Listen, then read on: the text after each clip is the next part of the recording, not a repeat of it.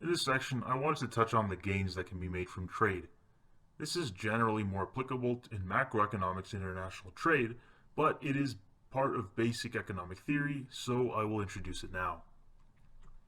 Specialization is this idea that when we start producing either one or only a few goods, taken in the context of a country, it is possible for a nation to specialize in the production of, let's say, only one good. If this happens, that country will gain insight into more efficient ways of producing that one good, as all its resources are diverted to producing only that one good. This often results in a greater level of efficiency in production and thus lower prices for consumers.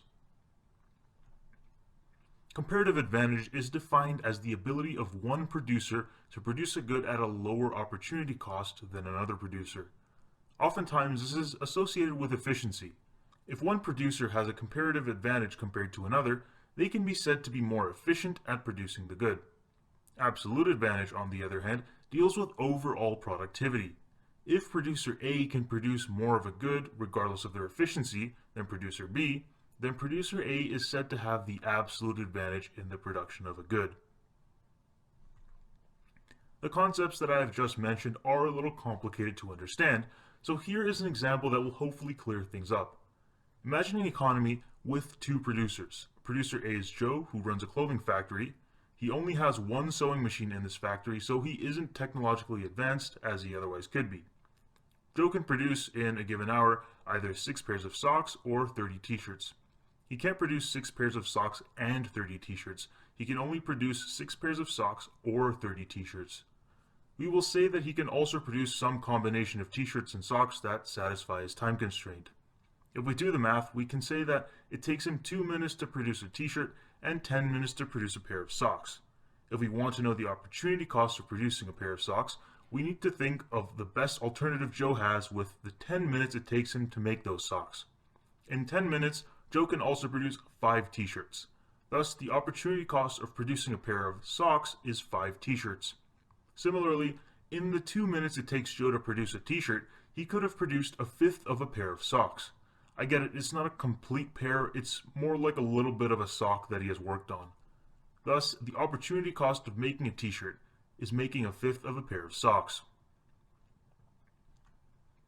Our second producer, Liz, also runs a clothing factory. She also only produces socks and t-shirts. The only difference is that in a given hour, Liz can produce either 30 pairs of socks or 30 t-shirts. Thus, she takes 2 minutes to produce a t-shirt and 2 minutes to produce a pair of socks. Thus, she could either use 2 minutes to produce one t-shirt or one pair of socks. Thus, her opportunity cost of producing a t-shirt is a pair of socks, and her opportunity cost of producing a pair of socks is one t-shirt. On the graphs below, we can see Joe and Liz's production possibility frontiers. Essentially, Joe can produce at any point on or inside his production possibilities frontier, and Liz can produce at any point on or inside her production possibilities frontier as well. Neither of them can produce outside of their respective production possibility frontiers. So we've established that both Liz and Joe have different opportunity cost of producing socks and t-shirts, and both can produce different amounts in total.